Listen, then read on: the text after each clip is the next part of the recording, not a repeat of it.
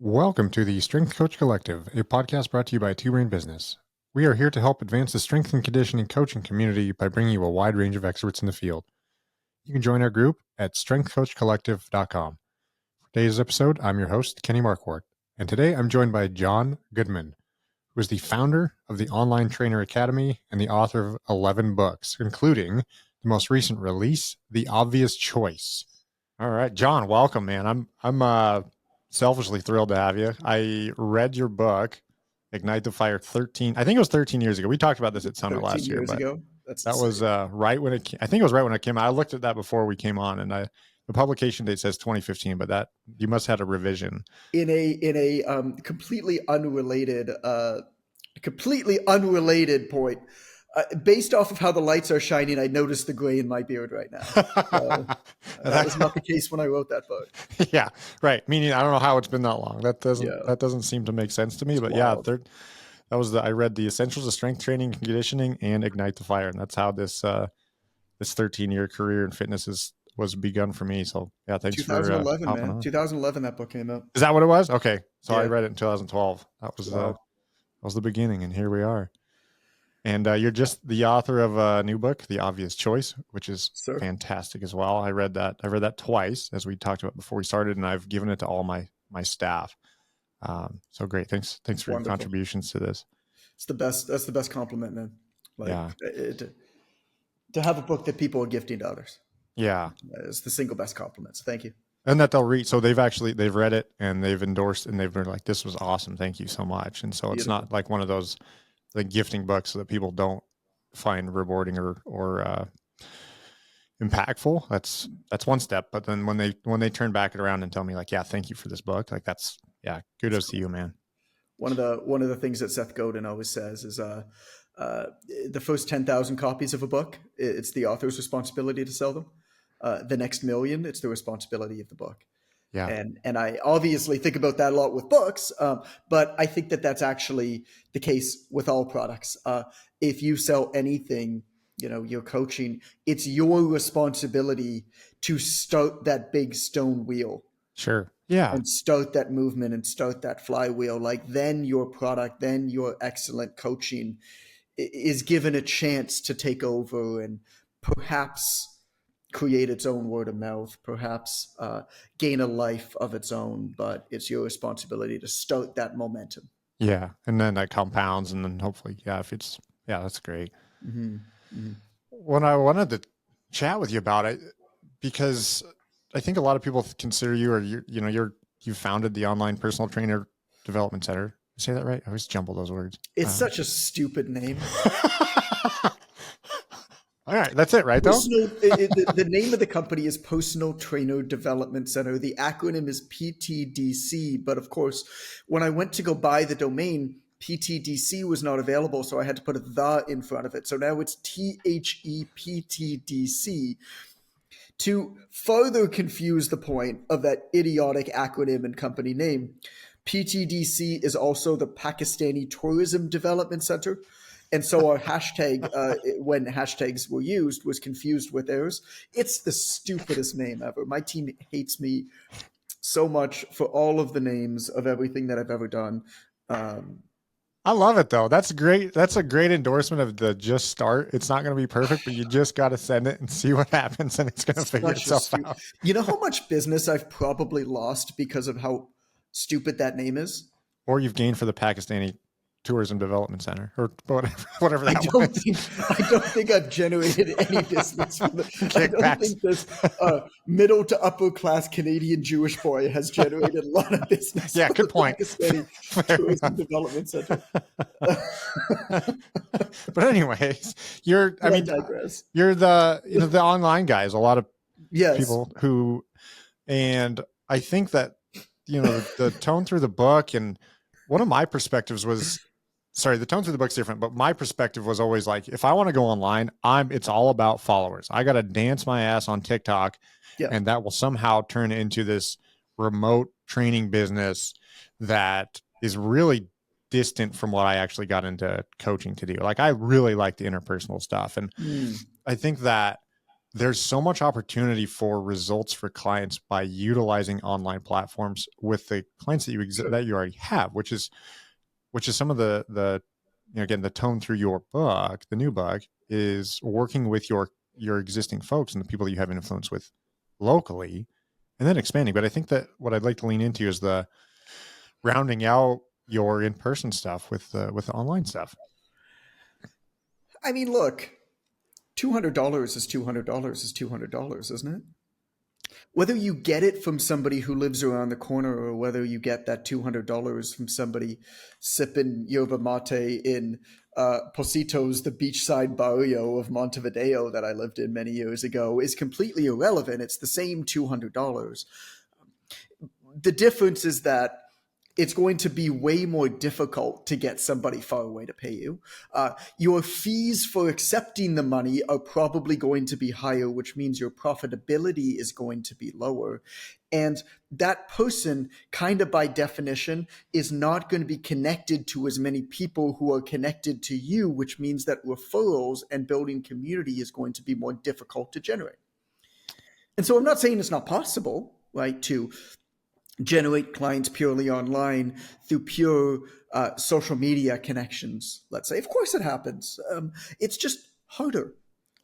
It's just Yeah. harder. Yeah.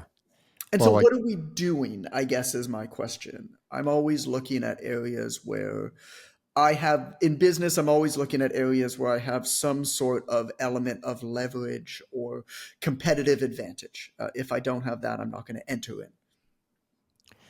yeah. And it's kind of like you said a second ago about your book, like getting those initial 10,000 and then those multiply from there. Like that's Sure. your affinity audience that you can build from to get, which will then compound and multiply. And you may end up getting that client in Montevideo, but it's, Maybe. yeah, It might maybe. happen. Right. Um, but to go out of your way to try to convince people who you've never met and have no connection in any way, shape, or form to you to trust you to the point where they're going to hire you and not that girl in Sweden and not that guy in Germany, it's a ridiculously foolish endeavor. There are just easier ways to do it. And so it's fine to look at those things happening as a happy accident. Um, my belief, my contention is that you should look at content in early on in your career as a way to learn, right? The Mm, best way to learn is to teach. So you create content as a way to learn faster.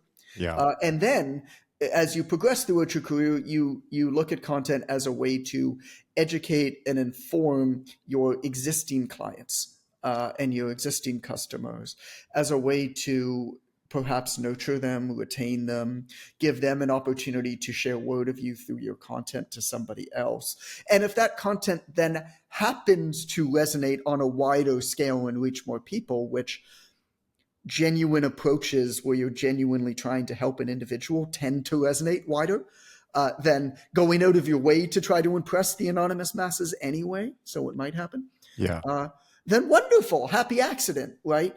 Um, but to me, that's, I mean, that, in the book, I go through the 4 stages of content. I think everybody should stop at stage 2. For the majority of people, I think should stop at stage 2. And you get, it's not even the 80-20. I would say you get 95% of the benefits of content, without the negatives of the burnout, of the comparison, of the obsession, of. And here's what nobody talks about, Kenny, that I think perhaps is most important, is that creating content, when you are creating it for engagement, I have seen that change people that I know and used to really enjoy their company in ways that have been difficult to experience. You know, they had an opinion that wasn't quite in the center, that was on one side of the spectrum of an issue, politically, mostly. Yep. They stated that opinion softly, but on their side of the issue, Yeah. and they got an outsized response to Yep. that opinion. Maybe it's shitting on somebody else's content, and of course negativity brings more attention. right? Maybe it is some strong view about organic or non-organic foods. Maybe it's political, right? Yeah. Are you Republican or Democrat? Whatever, obviously during COVID-19, there was a lot as well. And wherever you stand on it, they voiced their opinion and they got an outsized response. And because they're so obsessive about their engagement metrics, because they've allowed that to enter into their own self-worth in such an intense way, they then stated that opinion again Yep. because that allowed them to get a response, right? And then of course what starts to happen is you start to get a response then based off of voicing that opinion, and it starts to attract people like that Yep. to Yeah. you Yeah. naturally. Yeah. And so now, of course, like any path that we walk on, like any dirt path that we walk on, the more we walk on that path, the more we reinforce that path. Yep. And all of a sudden, you wake up one day and you're changed. Now your self-identity is wrapped up in this. That's a very dangerous trap to fall into outside of business, right? Just like, how Yeah. do you want to live your life? Do you want to be angry and divisive and superficial and whatever? Maybe, but I don't. Yeah, and I think then the people that you attract and will meet on that path become very distant from, if we're talking business or either one, like you said, it could be either, but if we're talking business, like the ones that you're going to meet on that path are going to only reinforce that. And then you're going to be so distant from where you intended to go. I think you're right, like chasing the engagement, chasing the inflammatory stuff that'll get eyes, and then leaning into that sends you down so incongruent with what you were initially starting to do that I gotta think it's just going to be so unsatisfying. Like you see all these accounts that it's hard to create content and come up with good ideas every single day. Yeah. And so inevitably what happens is somebody becomes successful in the fitness industry through the few good ideas that they have, and then they get bored of repeating those same ideas over and over again because there's really only 7 or 8 things that matter in our industry. Yep. And so, but they have to keep making content, right? It has to be fed. And so what they start to do is they start to do reaction videos. And of course, the reaction videos that get the most attention are shitting on other videos or shitting on other people. And that is unquestionably a way to get the most engagement. But when I rest my head on my pillow at night and think about what I did for my day over the course of my day, and I realized that I spent all of my time talking shit about somebody else for likes. Am I going to be able to sleep well? The answer is no. Money can buy a bed. It can't buy a good night's sleep. Yeah. And I would think that nearly everybody I've ever talked to in this industry, like they legitimately want to help people. So if we're 100%. talking strength and fitness coaches, like they want to help. 100%. Shitting on other people isn't helping anybody, but the algorithm or the platforms that we're using. So we got philosophical, but we can bring this back down into how to use I love it. social Totally. media and get customers and stuff. Yep, love it. I'm always thinking about the deeper stuff, but we can get back into it. Like, why do people leave clients at gyms? Right. Assuming that you're a good coach, assuming you're a good trainer, the vast majority of your clients that have stopped training with you have done so for one of 3 reasons. Scheduling is a pain in the butt, right? Trying to come to a session at exactly 6 p.m. on Tuesday and Thursday is probably for most people something that is an extra stress in their life. And these people are people who really can't afford to have another stress in their life. So scheduling starts to wear them down. Or affordability, having a coach is expensive. It's a luxury. Inflation is going crazy right now, everywhere, particularly Canada, but also the United States. Yep. Affordability is huge. Or they just move away. Right. And you probably know the stats more than I do. Within the work that you've done in Two Brain, I haven't looked at the data for a long time, but back when I did. It was very clear that the vast, vast majority of personal training clients will never travel more than 20 minutes to get to a session or a gym, which means that you're, of course, very limited. And some of these clients will travel like once a week. Like I always used to keep my Saturday mornings empty for clients who canceled during the week, or clients who came like once a month for a refresh and a check-in and a this kind of hurts or whatever, that type of thing. And these were the people who lived an hour away, Yeah. Yeah. who could not come out of their way to could not come to see me more than once a month or two. So what are you looking at as a trainer if you want to uh, generate more income and get out of this trading time for money trap? You're looking at where you have leverage. You're looking at where you have an advantage over the market. And that advantage are people that have reason to trust you over some random person on the internet. Trust, mostly offline word of mouth referrals, accounts for over 90% of all sales across all markets. Yep. And they're great referrals. Like But those we are the don't ones see you, it. yeah. Those are the ones you want. Yep. We don't see it. Yeah. And because it's not present, it's not something we pay enough attention to. Well, I mean, you work backwards from what you already have.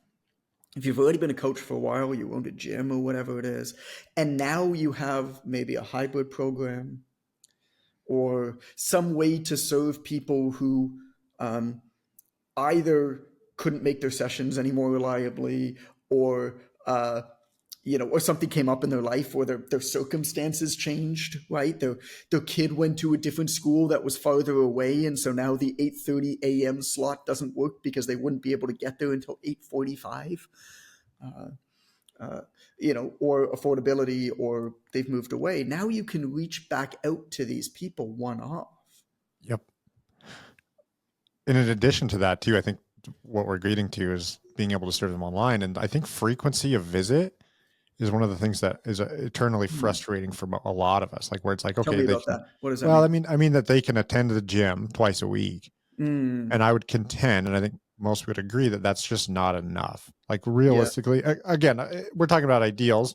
Ideally, people are doing 5 or 6. That's not probably realistic, but if we can build in 2 more days of them doing fitness and having the accountability and guidance that I think a lot of our value is, through an online platform, they're going to see better results. sure. We're going to build more value. And so it's what you said, like they move away, they can't afford it. And then to additionally bolster that, like there's so much opportunity in this within the clients that you've built authority and trust with Yeah. already, without trying to dance on TikTok. I mean, the amount of leakage that every single gym owner that I've ever spoken to has in their business is obscene. Obscene. The amount of people that come through their doors or inquire about their business that they're not able to serve because their business model is so in a box that if you are not perfectly suited for it in every way, shape, or form, this minute, you're gone. Yep. And there's, following up with those people is great, but they might not ever be suited for it. It's this misconception that I've dealt with since I've been pushing online fitness since 2012. Like that's when I sold the first course ever that anybody's ever sold on online fitness. I was the first person to speak at pretty much every major certifying body. Like I remember this talk that I gave at one of them. It was CSEP, one of the Canadian providers, and there were 60 speakers at their national conference. 58 of them had PhDs in some exercise physiology background. Me and one other guy were the only 2 speakers without a PhD, and I was the only speaker on business. And you were young at that point. You're still young, but that was a long time ago too. So again, like I was the you were, first person to speak about anything about anything online ever for the NSCA, for the ACSM, and these misconceptions are still out there. We see it every day.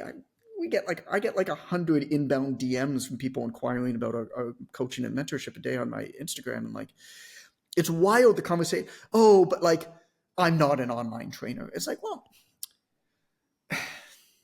you're putting yourself in a box, man. Mm-hmm. How your job as a gym owner, your job as a personal trainer is not to count sets and reps while somebody is doing a seated row. It's to help people achieve a level of fitness that they cannot at this stage in their life achieve on their own. And that is through some combination of accountability, motivation, empathy, and then, programming and perhaps nutrition. I would contend that those come secondary, maybe tertiary. And so as a gym owner, you have to more loosely define yourself with the outcome that you help people achieve, not what you do. Yeah, totally. And when you do that, you will recognize that you don't need to say, I am an online trainer. Instead, you say, how can we best help the most amount of people possible that come through our doors? How can we build a process that is as fluid as possible for the inevitable ebbs and flows of people's lives? And that is some sort of a hybrid service. Mm-hmm. And by the way, this is also a way to add just absolutely unbelievable profit streams to your gym, and reduce the amount of churn. Because if somebody's moving away, you can say, oh, by the way, we can still work with you. Yep. Yeah. And therein lies the results and the more referrals and the whole thing. Like, so again, I think just the more frequency, the more touch points, the more value that you can add by not putting yourself in a hour by hour box. Yeah. It's just everybody wins. Think about how many times, I mean, God, it's been a long time since I've worked with a client, right? But think about how many times when I heard, and I stopped personal training clients really in 2013. What I was building up the website from like 2011 to 2013, and I was still training clients. And then I stepped away in 2013. So it was a long time ago. But I stopped taking on new clients in about 2008, 2009, and I was referring my overloaded clients to other trainers. And I was the senior trainer at our club and doing in-service teachings and stuff. And I think back then, how many times I heard something like, oh, I wish my sister, aunt, friend who's moved away, they've had such a bad experience where they live. I wish you were there. I wish there was somebody like you where they live. And I could never help them, right? I could never take on that business. Financially, I could never take on that business, but also I could just never help them. All that I could say is like, oh, I'll send them an article. Back then it was like, oh, maybe there's like a T Nation article I can send them. Ignore the half naked women at the bottom of the page. Like maybe there's like a T Nation article. There wasn't anything that I could do, but like now there is. Yeah. Oh yeah. Tell them we can have a call. By the way, Susan, did you know that actually I have a way, or I have somebody who works with me that is really good at caring for people remotely. I'd love to speak to your friend Peter about that. Yeah. Further your impact too. I mean, that's just such a rewarding way to expand your reach and touch more people and more, I think too, more efficiently. When you were talking about working in the club that you were in, one of the things I remember from your book was like at a certain rate, like you just run out of time. Like you can only charge a certain amount of money. I mean, that's could be argued, I guess, but you can only work a certain amount of hours for a certain amount of time. And I think that a lot of people get daunted and burnt out by that prospect to say, well, I'm going to cap out at this amount of income, and I'm probably not going to do this for another year because I've just plain run out of bandwidth and empathy. I always love when trainers come to me. There was somebody in town here, came and visited, and he followed my stuff and got in touch with me. Knew I was living here in Mexico, and we got lunch together. You know, it was cool to meet up. And he's been a trainer for like 20 years. You know, lifer, like through and through. Really well educated, has a good reputation where he's from, and he's in the trap that everybody is in, right? Like I'm still not really making enough. You know, I'm making like $120,000 a year, but he lives in an expensive city, so like he's not putting anything in savings. He can't afford to buy a house, like right, like Yeah. stuff that trainers do. Yeah. And he's like, I think I'm going to increase my prices. I asked him what he charged. He's near the top of his city. I was like, cool. That's a Band-Aid. Yep. Yeah, right. You know, Totally. Because you're going to run into that again. Or you're not solving your problem. There will correct. be a cap that you will hit, and maybe you can push off the problem for another 8 months, or year, or 2 years, right? But you're not actually solving your problem. Your problem isn't how can I make $5 more an hour when I don't have any more hours to work. Right. So what, you're going to make 120,000? You're going to make 128. You're not going to be able to buy a house.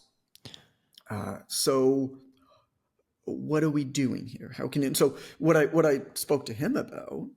Now this might apply, this might not apply, but we broke down. I always like to hear about what somebody's already doing and then try to find the opportunity within that instead of trying to invent something new. Totally. A lot of people who work in our industry have been building a reputation and trust amongst people for many, many years. And then all of a sudden they go and throw that away and try to create a brand new brand online to people they've never met. It's like doing something that, if you've never created content before, you can't reasonably expect to be halfway decent at creating content for many years. That's just basic logic. Like, you're doing something brand new, you're going to be shit at that thing for a long time. Yeah. Everybody is. And so what I discovered from talking to him is he has a couple clients that make up a large majority of his income. Couple rich guys in their 60s who sold their companies or own big companies and CEOs. And they train with him sort of like 4 or 5 times a week when they're in town, and they're paying him, $100 plus an hour. And then his other clients he slots in around them. He's, a couple of these guys. But the problem is these are busy guys, and they travel a fair bit, or they might be gone. One of the guys in particular always has like a new young girlfriend, and he's like going off to Ibiza, whatever. Right?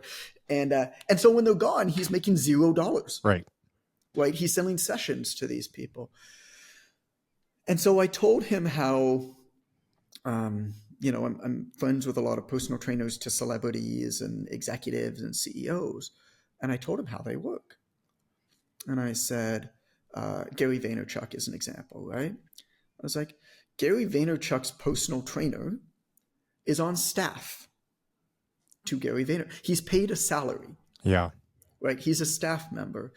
His job is to, travel around with Gary, which this guy wouldn't do. But his job is basically to make sure that Gary Vaynerchuk has his workouts, and also he gets Gary's schedule from his assistant, and he'll call ahead to a restaurant that Gary's going to lunch. And he gets the nutrition information. He knows what Gary likes to eat, and he gets the nutrition information, and he'll text Gary what to order at that restaurant. So good. Right? So Yeah. I said, and even like, what's his, the NSYNC guy, Justin Timberlake. Justin Timberlake's personal trainer, get this, Justin Timberlake's personal trainer, when Justin is off doing a movie or living somewhere or whatever it is, him or his assistant or his handler or whoever will take a video of the gym wherever they're at, and they'll send it to his personal trainer. And his personal trainer will then type up a workout in an Apple Notes file. And he'll send the Apple Notes file to Justin of the workout to do. Yeah. These are the types of services of the rich and famous. And so what I said to this guy is like, one of the individuals, this guy who goes off with his girlfriend to Ibiza and stuff, I was like, pitch him on $10,000 a month. You're a staff member. He's Yep. going to pay you $120,000 a year. Your job is not to be his personal trainer. Your job is to be his fitness concierge. Your job is to be, if this guy is in Ibiza, you're going to call ahead to clinics where he can get vitamin B12 injections. Yep. And you're going to text him and you're going to say, yo, I know you went out partying last night. I booked you an appointment. It's 12 p.m. It's at this spot. So good. The fitness concierge, I was laughing at because I used that the other day to somebody else for that exact same thing. And I think that, we're talking about celebrities, but for the normal population, it's the same thing. Yeah, exactly. And I think that, again, as a fitness professional, my fullest expression of someone's success means that their fitness doesn't stop or start based on season or trips or holidays or, wherever they are. So to be able to provide that for them with whatever context is available to them, and that we can do that during Christmas or during their vacations or whatever that is, to be their fitness concierge is something that should be available, I think, to everybody, and that we can provide and have them have so much a better lifelong set of results that will achieve what we're hoping to achieve for them. So here's the challenging question to you listening. I'll give you the background. When I wanted to market my book, The Obvious Choice, the common thing that a lot of people tried to do is they try to do big bundle promotions where they try to sell 50, 100, 200 copies at once. And what I approached that is said, well, what if instead everybody who's going to pre-order my book anyway, I can incentivize them, or I can figure out a way to offer them enough value so that instead of pre-ordering one copy of my book, they pre-order 2 or 3 copies of my book and then have an extra 1 or 2 to give away. How can I work off of what I already have and figure out how to offer more value to be able to get more and give more to the people who I've already built that trust towards? And so, if somebody is already spending $2,000 a month with you, if somebody's already spending $500 a month with you, here's your thought experiment. What can you offer that person that's spending $500 a month with you to spend $1,200 or $2,000? What can you offer that person spending $2,000 a month with you to spend $4,000?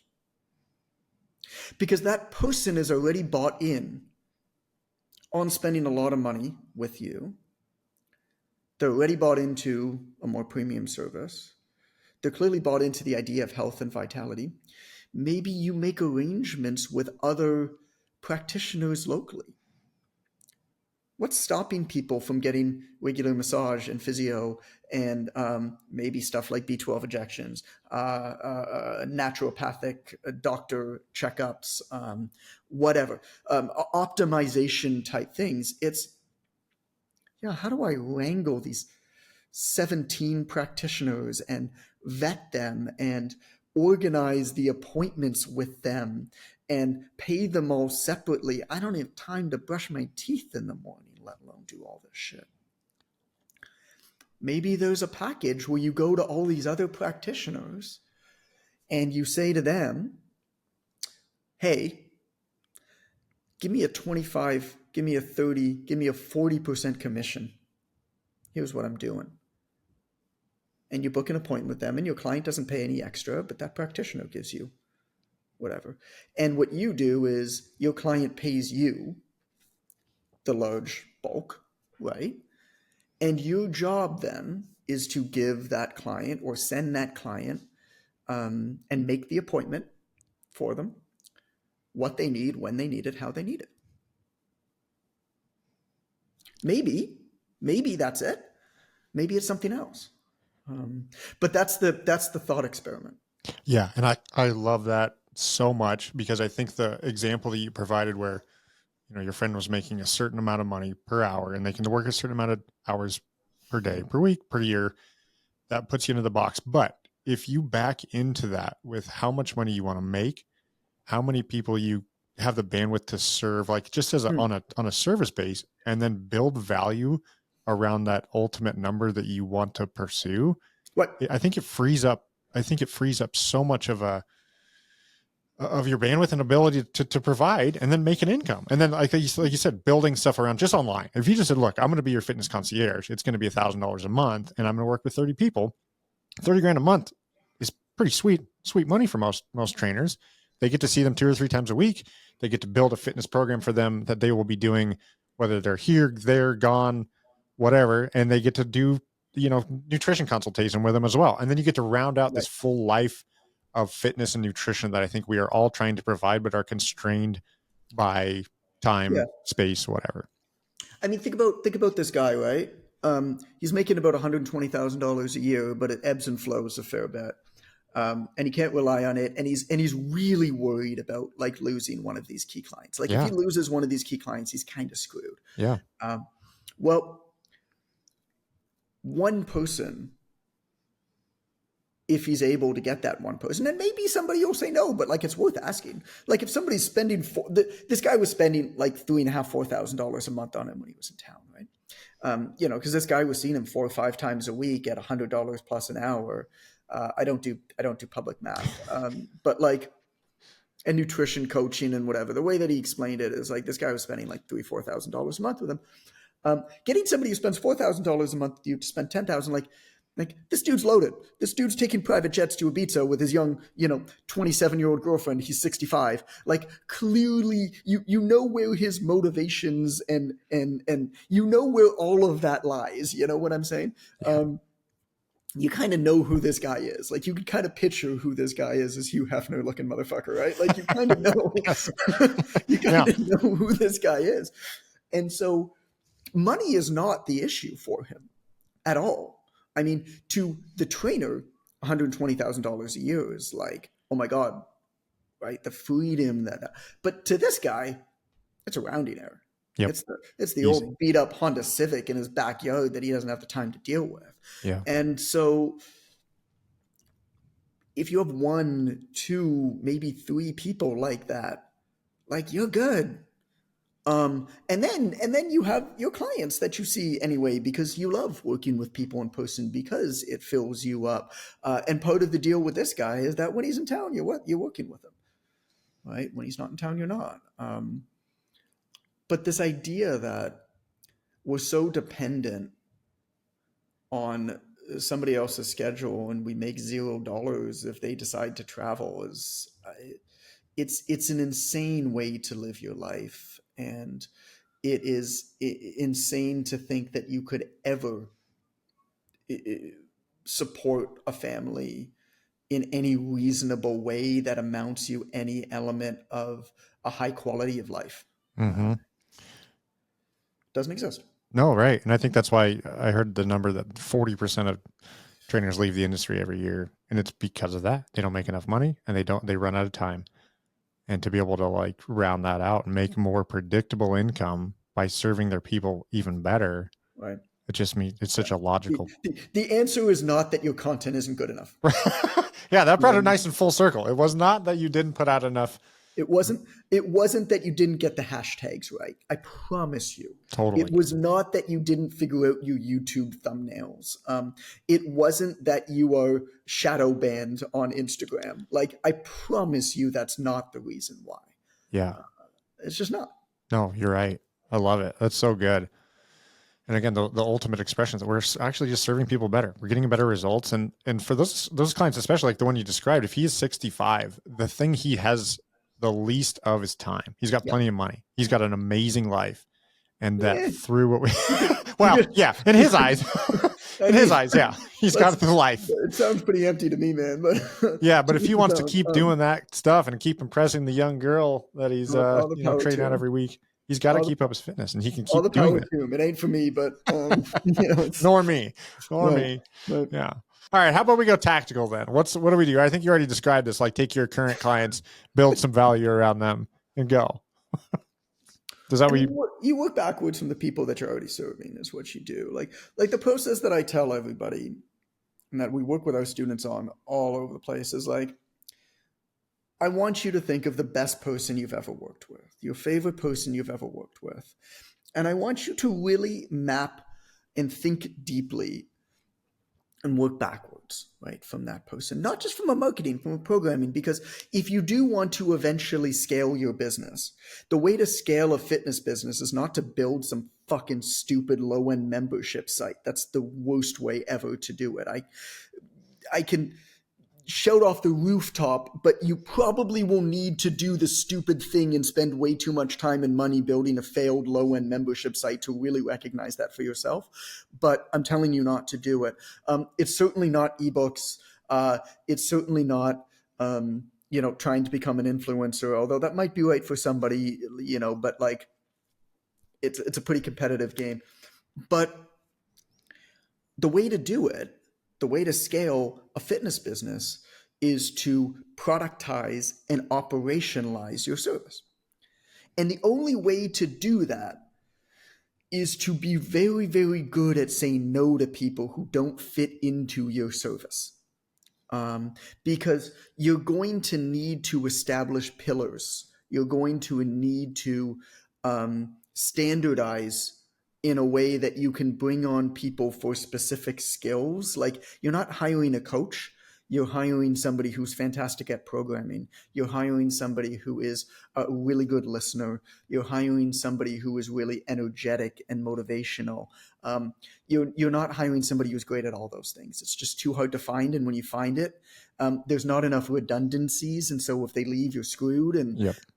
that's just a really bad way to build a business, not just a gym business. You need redundancies. And so what you do when you figure out your favorite client you've ever worked with is, oh, cool. How did I communicate with them? What were their goals when they came in? How did that evolve over time? What programs did I give them? Where did they really thrive within the program? Where did they struggle? What was my onboarding like? How did they find me? Right? Have you ever done that with somebody where it's like, oh, they were a referral. Oh, great. Let's peel back that onion and go 5 levels deeper. Who were they referred from? What triggered the referral? Were they at dinner together? Are they in church together? Do they play pickleball? What did the person say that made your client say, oh, I know a guy for that. I know a gal for that? How did they put that person in touch with you? Did they give them your phone number, your email? Did they pass along your website? Did they send in your social media account? Optimize all of those elements. Work backwards from when it happened well accidentally. Fill in those gaps and holes and then work to recreate that. That's the way to do it. Yeah. The obvious choice, the name of your book, is the exact thing I think people need to be leaning into more, where it's that whole process that your name shows up as the obvious choice, right? Like they're playing pickleball. Like, oh, I have this aggravates every time I play. Like, the obvious choice should be you, where they refer you to them conveniently, where it's easy, right?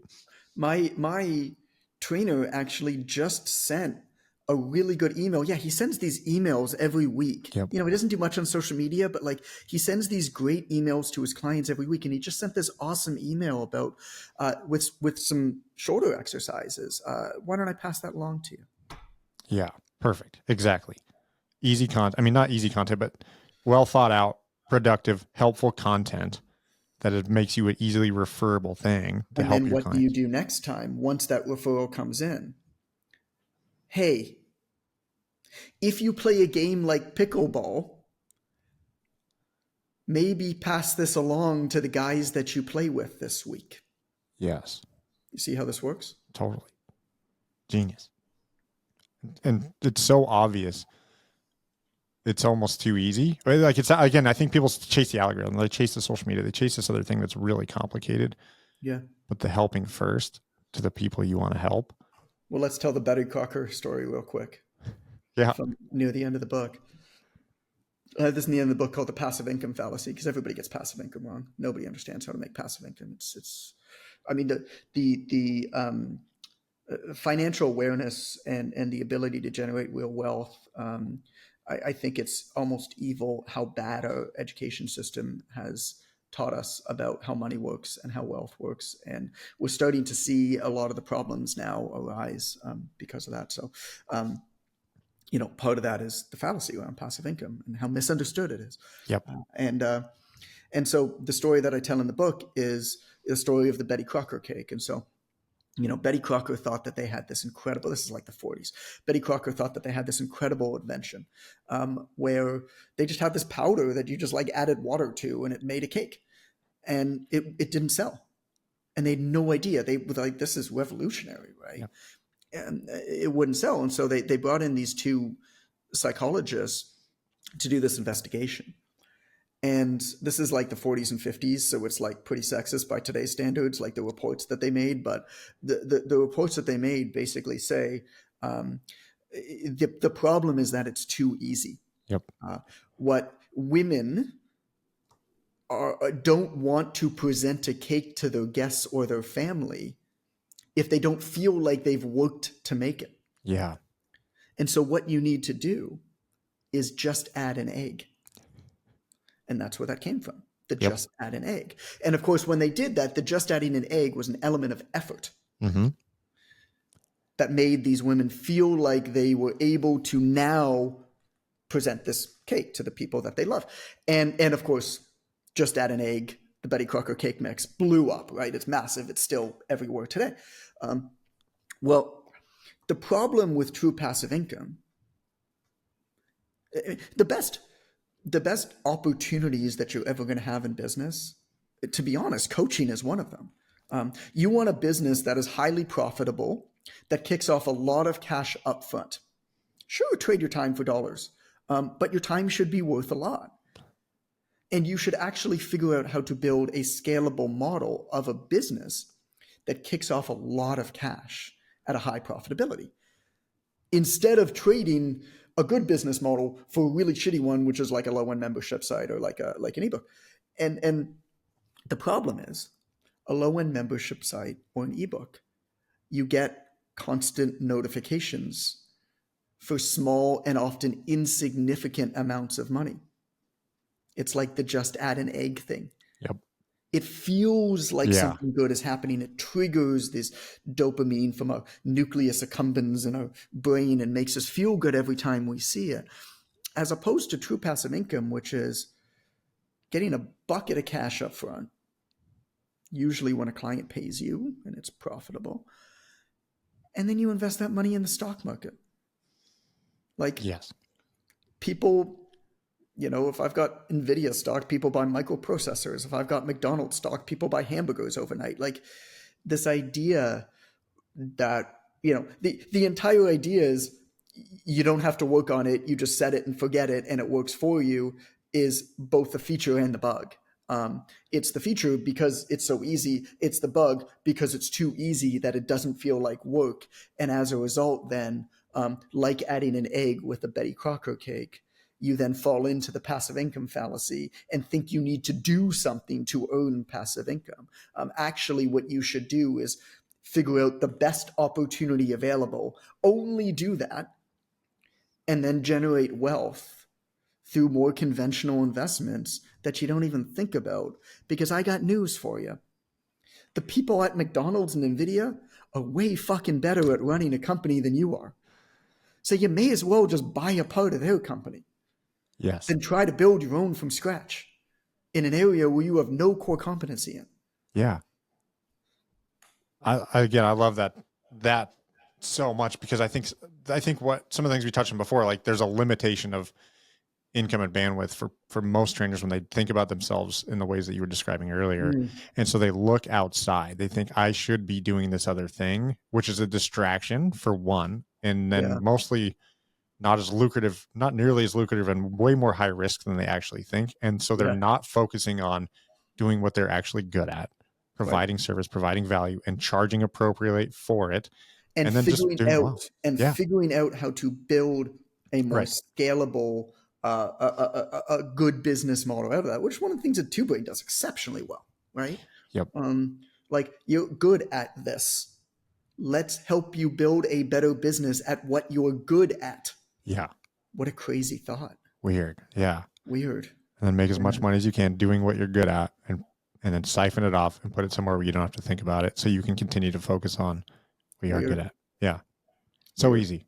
So many distractions present themselves to people. And again, I think they just get so disillusioned by their present circumstances. They think that there's some alternative that will free them from that when it's really right in front of them. Yeah. Yeah. Brilliant. I'm with you. All right, man. I'm with Well, you. thanks. You'll be at Summit. You'll be Yeah. here. We'll see you in June. Yeah. And thanks for coming on.